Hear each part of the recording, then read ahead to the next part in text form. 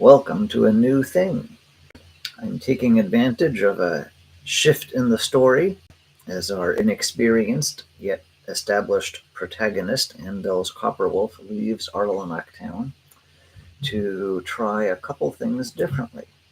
I'll still be using pencil and paper as much as I can, but on the laptop screen, the spreadsheet that has my randomly generated tables, as well as the rules if I need them. I've decided this time to write a short adventure as if I was running the game for friends at a table instead of solo playing. We experimented early on with just a rough flowchart of what characters in town might do, um, interacting with each other and important items, and then dropped the PC in the middle of that. That was bedtime stories in Arlenac Town. Then we had Andelz do some adventures that were completely unplanned.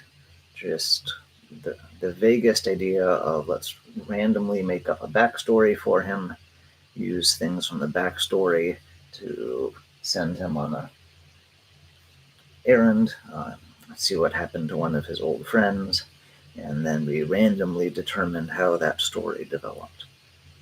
And as interesting as those two were, I want to now try a solo story that was prepared the same way I would prepare something for other people. So I've worked for a day and made a short adventure inspired by Escape from Cragscleft Prison from the 2014 video game Thief by the Eidos team. And I have some backstory, some rumors that can be found, some maps to use, and some idea of how action might develop, and then a number of NPCs that are part of different factions. None of this is, except the maps, taken directly from that computer game, so I am hoping to I copied some or modified some names. If you have played the game, you will recognize that, and one monster. But other than that, I'm trying to not replay a computer game adventure, but make something that benefits from what role-playing games does well, inspired by and sort of as a love letter to a computer game mission that I remember fondly, even so many years later.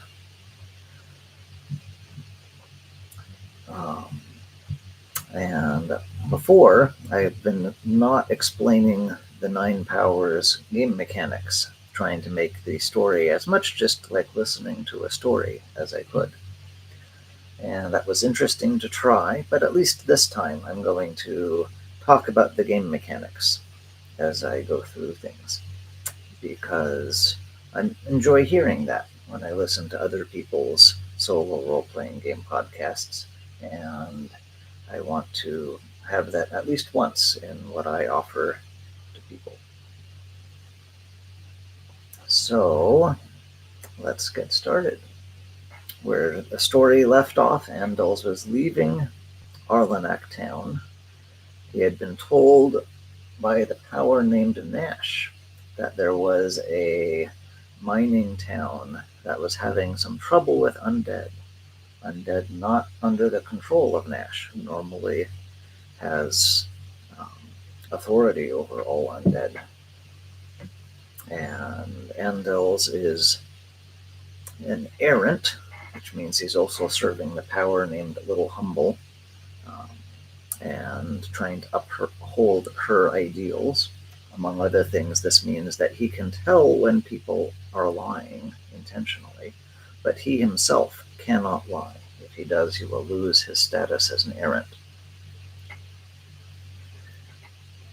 So he was told the road east from Arlenac Town to a mining village would be safe to travel alone. He doesn't completely trust that, but he's starting off that way. And let's randomly see on this random set of tables what happens along his journey. So it says that the choice of two paths puzzles him. He loses one resilience. He will not start the next encounter fully refreshed. He needs to succeed at the medium lore or intuition skill check. So medium means he needs a 2 or less. And of those two skills, he's best at intuition. With 4, he'll roll 4 dice. So we're going to roll 4 dice, and he needs a 2 or less on at least one of them, which he succeeds with. So that means he becomes set up well. So I'll mark that here. He can spend being set up well to get an extra die when he needs to roll dice, or when he is checking fate to see if things that are possible are true or not. Then as long as he is set up well, he will get an extra die on those. Just kind of everything is going his way.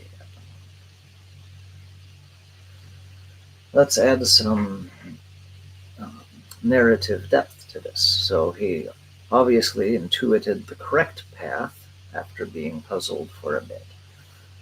How did he get set up well?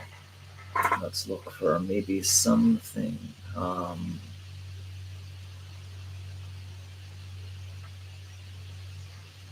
Or some random person. He meets a traveling entertainer named Tristella, an outspoken dwarg, and she tells him some about where he is going.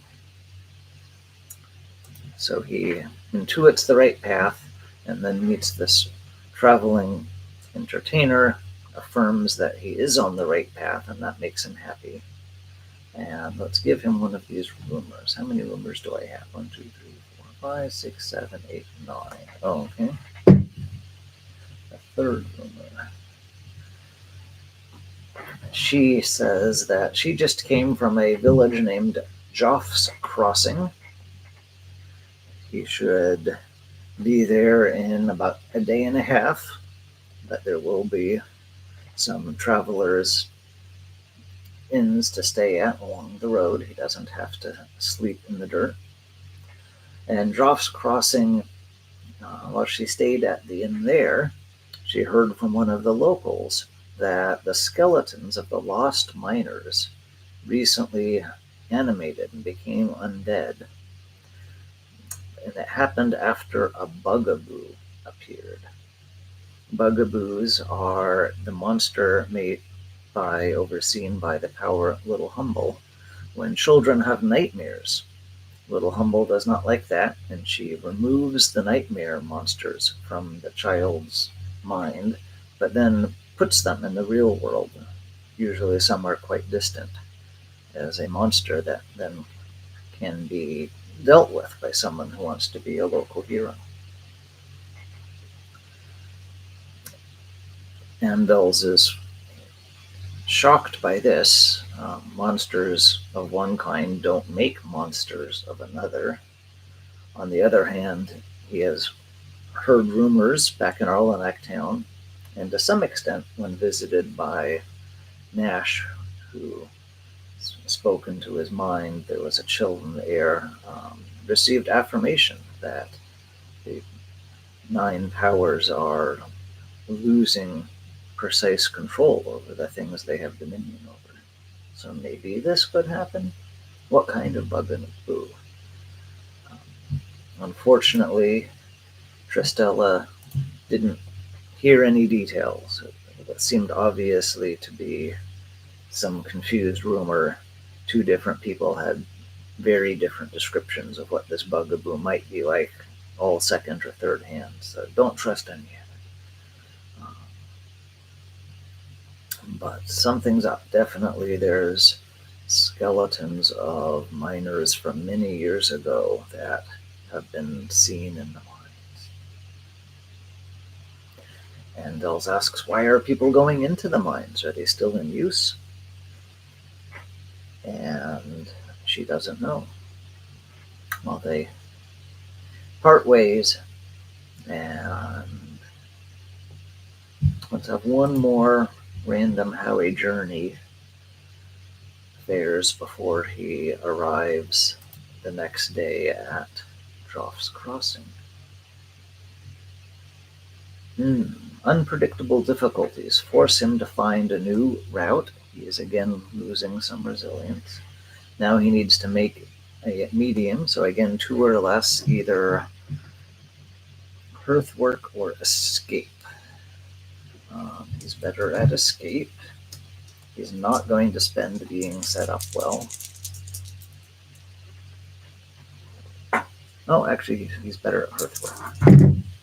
And he certainly makes that multiple ones. He got his 2 or less. And in fact, since he doesn't need either of those ones, then he can spend one of them, so to speak, not as success in this die roll, but he also has leverage. So he has accumulated some item that will make him have more effect where he's going. Let's continue with this journey. If it's successful, then a rival or foe does not benefit from the time that passed him, as he had to find a new route.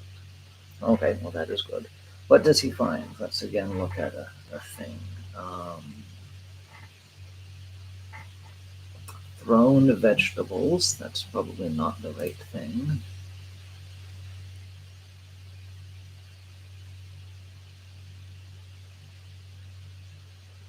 A magic magnifying glass that shows the hands of whomever last touch an object. That would be kind of strange to find out as he's traveling.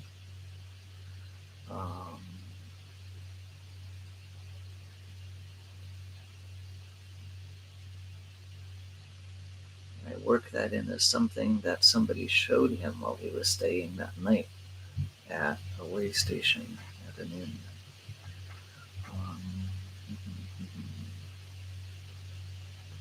I think I will roll again. Thank you, random table, but that was just no more useful than thrown vegetables. People having similar dreams. That we can use. So he woke up in the morning, and breakfast at this wayside inn was very strange.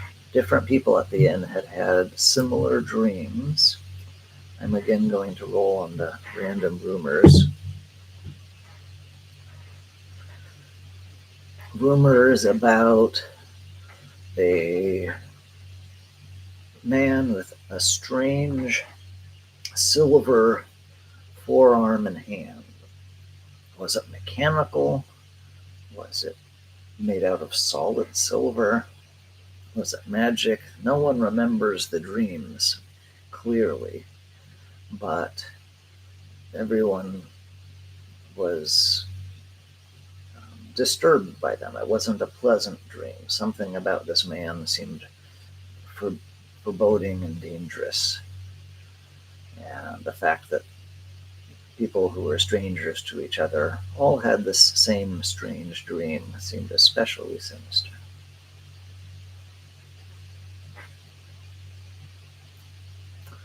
Well, with that on his mind, Andelz travels the second day and then arrives at Joff's Crossing. It's a very small mining village, about 50 people, and he's hungry and thirsty and has some coin, so he will go and eat and make small talk at the inn and ask about this village. What is it known for? If it helps to keep the conversation going, he will share that he's heard that there's some undead in the mines, but maybe people will volunteer that themselves. First, I'm going to see if there's anything that's kind of normally known about the village that for some reason he doesn't happen to learn. So I'm going to think that's unlikely, but let's try it. Okay, so he isn't told about the burrick hunting. Burricks are big beasts, the monsters created by Achiever, a blend of iguanas and moles, but as big as a very large dog. They burrow and belch and nauseating gas. As big beasts, their tongues are useful for certain alchemical effects. Um, so Joff's Crossing is a place that has burricks and the woods around it, burrowing around. And now and then nobles will visit who want to do hunting and take home a burrick trophy head. And some of the villagers hunt the burricks to try and sell their tongues. But Andelz doesn't hear about that. Everyone is busy talking about something else, and he will be a little unprepared if he goes out in the woods and is surprised to meet one or more of these creatures. They often travel in small groups.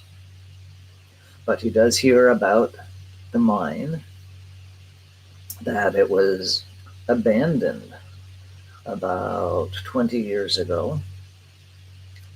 People were mining silver and iron, and as the richest seams were depleted, the mines went deeper and deeper to try and stay profitable. And there were many burricks kind of deep in the mountains that got awakened by this extra tunneling and became unusually aggressive, even more than normally, because they are quite territorial. And many miners died during a kind of surprise large burrick attack. The bodies of these miners were, most of them, never recovered, and that is still a grief for some of the families of Joff's Crossing. The mine was closed down, judged too dangerous to be profitable, even though surely there's some silver and iron that remain. Then, 5 years ago, the mine and buildings above it were purchased and expanded by representatives from the Kingdom of Stoneridge. Andelz has never heard of the Kingdom of Stoneridge. It's quite a ways distance. The place he is currently is not really under the sway of any particular kingdom. Arlanak town has its own very different history, which is only relevant in that this immediate area is not part of any kingdom. And over time, more buildings were built, and the mines became a fortification. It's a small fortress named Cragscleft. The warden that's using it as a prison is named Issyt Silverhand, and of course that name startles Andelz after the dreams talked about that morning. And the guards at Cragscleft are called the Jackblades, named after the jack of a deck of cards. They are nobles that are certainly not going to get any inheritance in the Kingdom of Stoneridge, and work as enforcers, trying to track down criminals and things like that. And when one leader of the Jackblades, this is at Silverhand, heard that there was a mine, then he decided to purchase it. And even though it wasn't considered profitable by the people of Joff's Crossing anymore, then he had prisoners to use as mining labor. He initially told the town that everyone was an indentured servant, and some of them are, but it quickly became evident that most of the miners currently are prisoners from the Kingdom of Stoneridge, who have done various crimes. The people of Joff's Crossing stay away from Cragscleft. There's no reason for them to visit these mines or the prison that has been built above it. And they don't always get along great. with Issyt and his jackblades.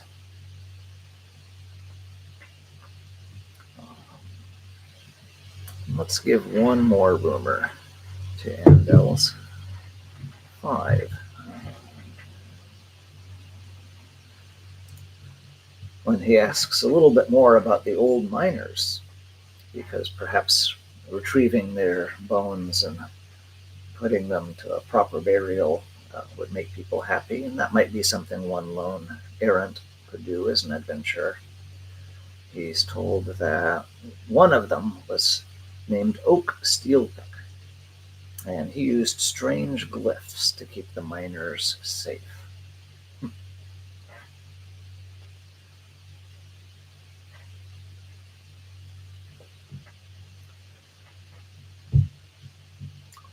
having finished his meal and rested his feet, then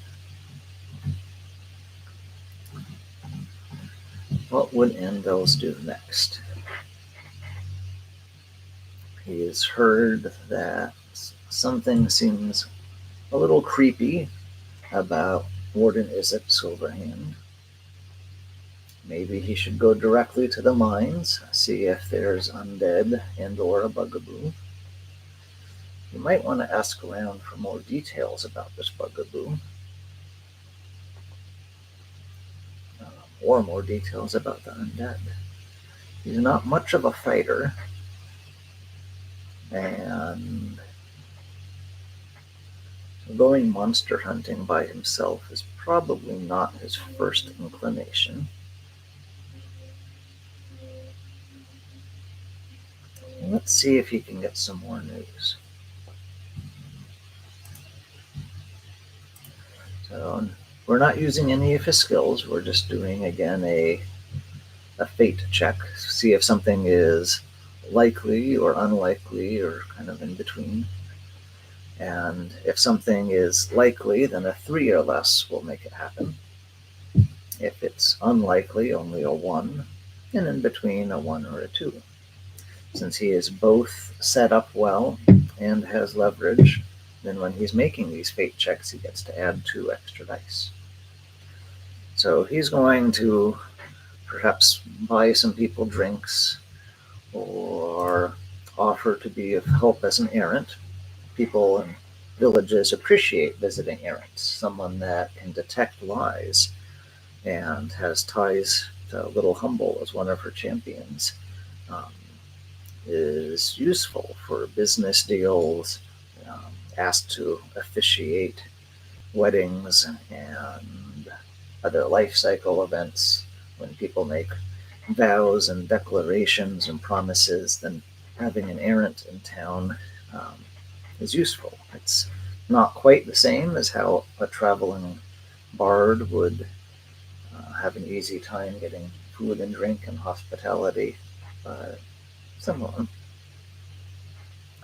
So he can wander around and introduce himself as a traveling errant who has now heard about these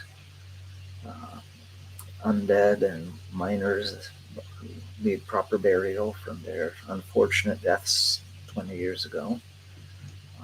He's also curious how recently the mining has actually restarted. Surely it took quite a few years for people from a somewhat distant kingdom to finish rebuilding or expanding the mines into a small fortress. So let's see what he finds out. I didn't say the difficulty, but to get some information, medium is sufficient. So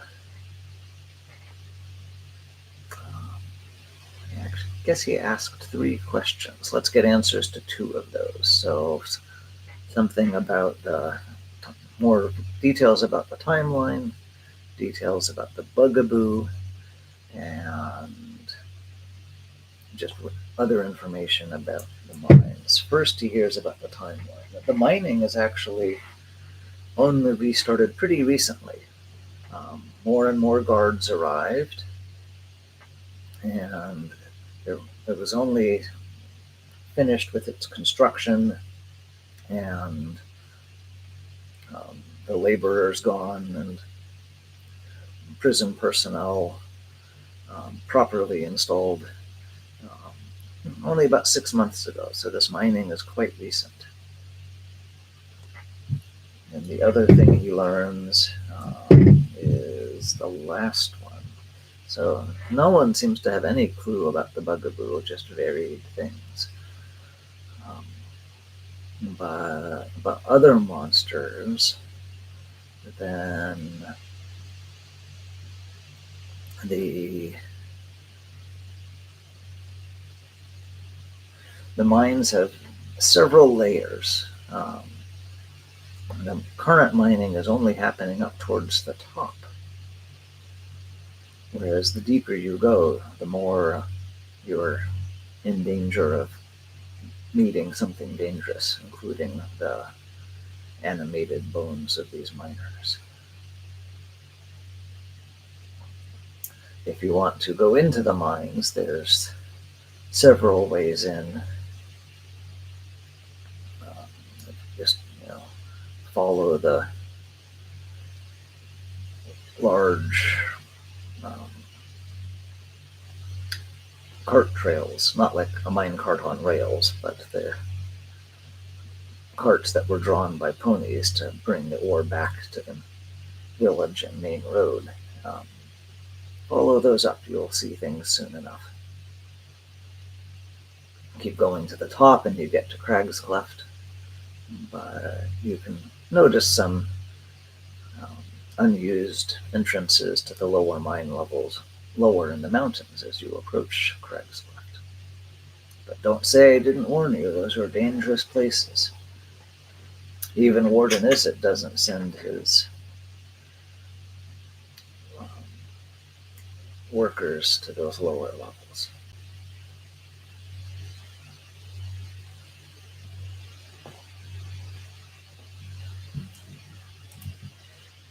We've been going about half an hour. Okay.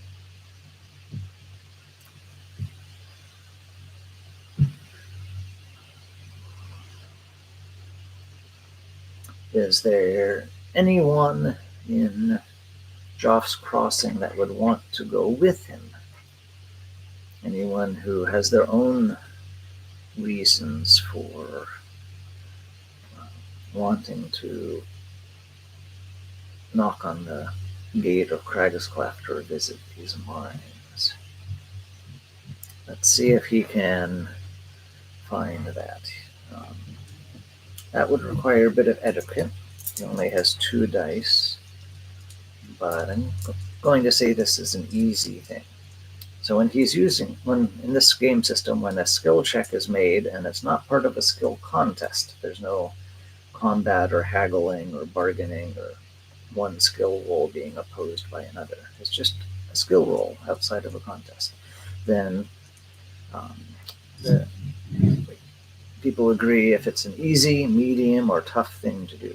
If it's easy, a 3 or less succeeds. Medium, only a 1 or a 2, and tough, only a 1. In some things, it's a bit of all of them, and you would get more information, a more extreme amount of success the lower you rolled, but you would get even some small amounts of success with a 3 or less. In this case, I'm going to say it's pretty easy to know who in town has been talking about. If only there was someone to help me go up. This kind of wandering adventure errant would make sense. So let's see if he gets a 1 and a 2. So he is approached by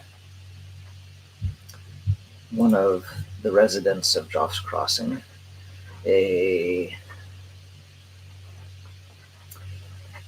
woodworker named Basso Truehilt. He makes ornate boxes, blending together layers of slightly different colors of wood, and excellent craftsmanship. He is one of the more successful woodworkers in town, in village, and he is very distressed. His sister, Jenivere Truehilt, he believes has been kidnapped. What happened was she's engaged to one of the village's woodcutters, Choppy. And Choppy was arrested by the Warden Issyt for the crime of hunting animals for food and pelts on Cragscleft land. And this was a completely new and shocking concept to the people of Joff's Crossing. They do not have themselves any other exposure to the type of kingdom government where only the nobles are allowed to hunt on their lands. So Choppy was thrown in Cragscleft for a short time to be made an example of. Let's see, how many weeks was this prison sentence? 2 weeks. Then when the first week was up, Jenivere went to Cragscleft to visit, and she didn't come back. And that was 2 days ago. Now Basso is, he went up yesterday, knocked at the gates of Cragscleft, demanded to see his sister, what happened to her, but the guards at the gate told him they have no idea what he's talking about.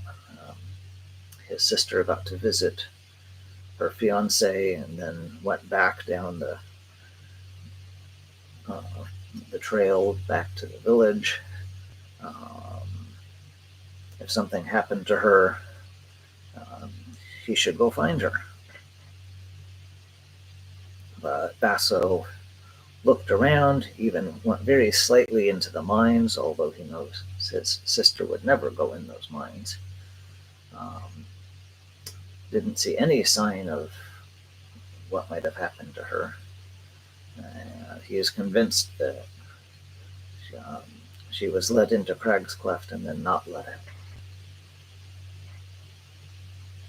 Well, that sort of seems more like the type of writing and injustice that Andelz would think is up his alley, that he's much better at sneaking around and finding out things than he is at going into haunted mines and fighting monsters to bring back 20-year-old bones. So he assures Basso that he will do everything he can to find out what happened to Jenivere, and if possible, free her from Cragscleft, if that is indeed where she is.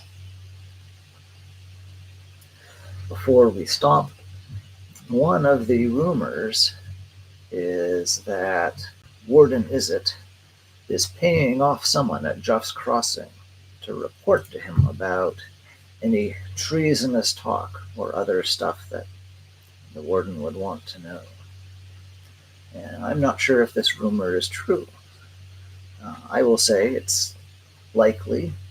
Warden Issyt would certainly want to keep his thumb firmly on the village people. So if something is likely, this is something that would be in Issyt's favor. We're not going to give him the 2 dice for Andelz being set up well and having leverage. But on 1 to 3, this will happen. Yes. So I will make a note that that is true. And then the next thing I want to know is, who is this informant? Looks like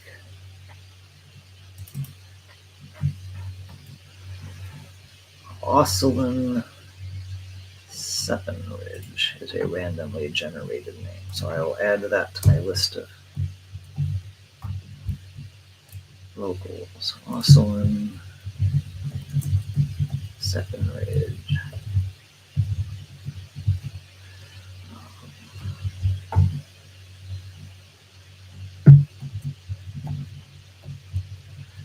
And then, of course, the last question is, did Oscelin